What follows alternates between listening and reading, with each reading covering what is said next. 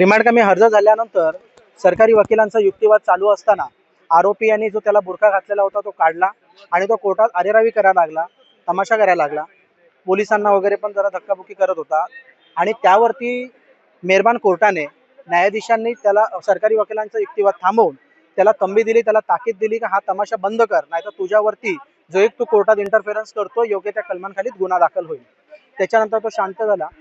सदर प्रकरणामध्ये या आरोपी विरुद्ध उल्हासनगर पोलीस स्टेशनमध्ये आर्म्स ऍक्ट, महाराष्ट्र पोलीस कायदा, त्यानंतर कोळशेवाडी पोलीस स्टेशनमध्ये डकैती आणि रॉबरीचा गुन्हा दाखल आहे। त्या प्रकारे मानपाडा पोलीस स्टेशनमध्ये सुद्धा त्याच्यावरती मारामारी आणि गंभीर दुखापतीचे गंभीर गुन्हे दाखल आहेत। आणि आत्ताचा जो गुन्हा आहे विनयभंगाचा, हा चौथा गुन्हा त्याच्यावरती दाखल आहे। म्हणजे या आरोपीला प्रत्येक वेळी हा आरोपी गुन्हे करतो, याची गुन्हेगारी पार्श्वभूमी आहे, याला कायद्याची कसल्याही प्रकारची भीती राहिलेली नाही हे स्पष्टपणे दिसून येतं। आणि आपण सगळ्यांनी बघितलं असेल की ज्या हिशोबाने सीसीटीव्ही मध्ये त्यांनी त्या मुलीला मारलेलं आहे, त्यांच्या वकिलांनी असा युक्तिवाद केला की त्याचा विनयभंग करण्याचा किंवा तिला मारण्याचा उद्देश नव्हता, सडन असं झालेलं आहे। असं काही झालेलं नाही।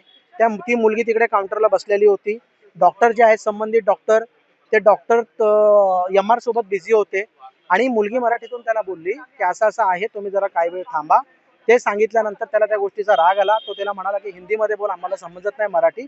आणि त्या याच्यावरून मग त्यांच्यात बाचाबाची झाली आणि त्यांनी त्या मुलीला जबर मारहाण केलेली आहे। आमची बाजू अशी होती की त्याच्यावर 300 पण ॲप्लिकेबल नाही, 326 नाही आहे। त्याच्या भावाची मुलगी होती लहान, तिला ॲडमिट करायला तो गेला होता। डॉक्टरांनी तिला बघितलं नाही, डॉक्टर नव्हते, काय मे बी असेल काय कारण हॉस्पिटलचं, ते उशीर होत होतं त्याच्या इलाजासाठी, म्हणून त्यांनी रागाच्या भारात ते त्याच्याकडनं ते कृत्य झाले। आता त्याच्यामध्ये हा राजकीय रंग झाला, मराठी अमराठी बिहारी असं झालं आणि ते वाढत गेलं।